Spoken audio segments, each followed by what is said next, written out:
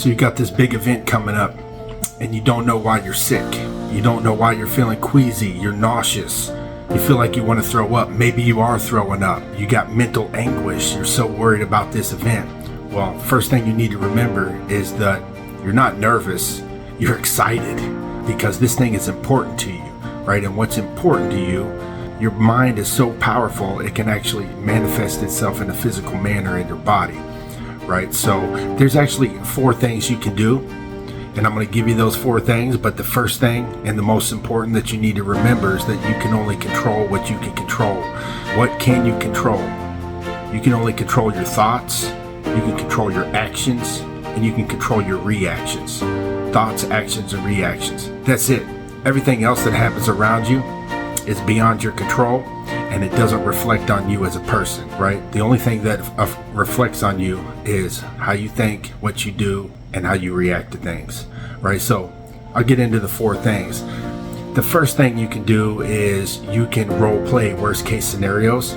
So you can get with a buddy who's done these things before, or a friend, and just go over all the worst case scenario things that could happen, and then figure out exactly how you're going to react to those things. So if those things happen, at least you have a mental confidence that if it happens, you know exactly what you're going to do, and you can move through that. The second thing that you can do is you can visualize a perfect scenario.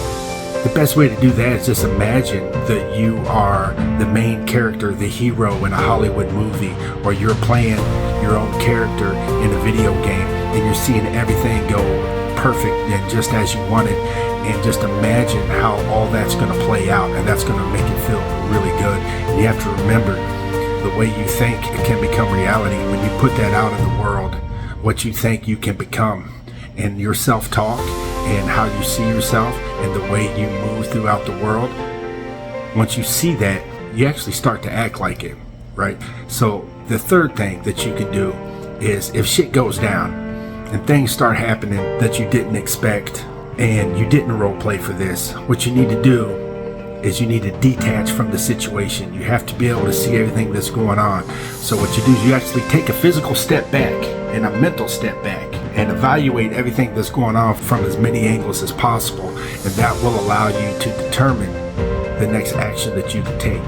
But you can't just react to certain individual things. You need to step back, detach, see everything, determine what to do, and then you take action. And the 4th thing is, remember who you are.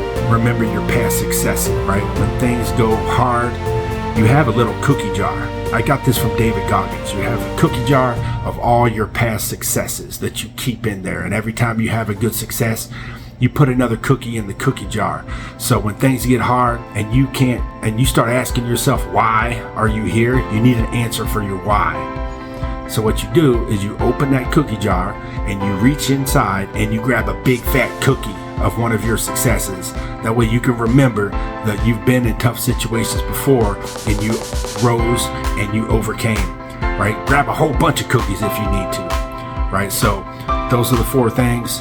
Most important is you can only control what you can control, your thoughts, actions, and reactions. And you can role play worst case scenarios, visualize the best case scenarios, and then if things go wrong, you detach, evaluate, make a decision, and then act. And the 4th thing is remember your cookie jar. You got this. I got your back. If you need to call me to role play those situations, I'm here for you. I got your back for life.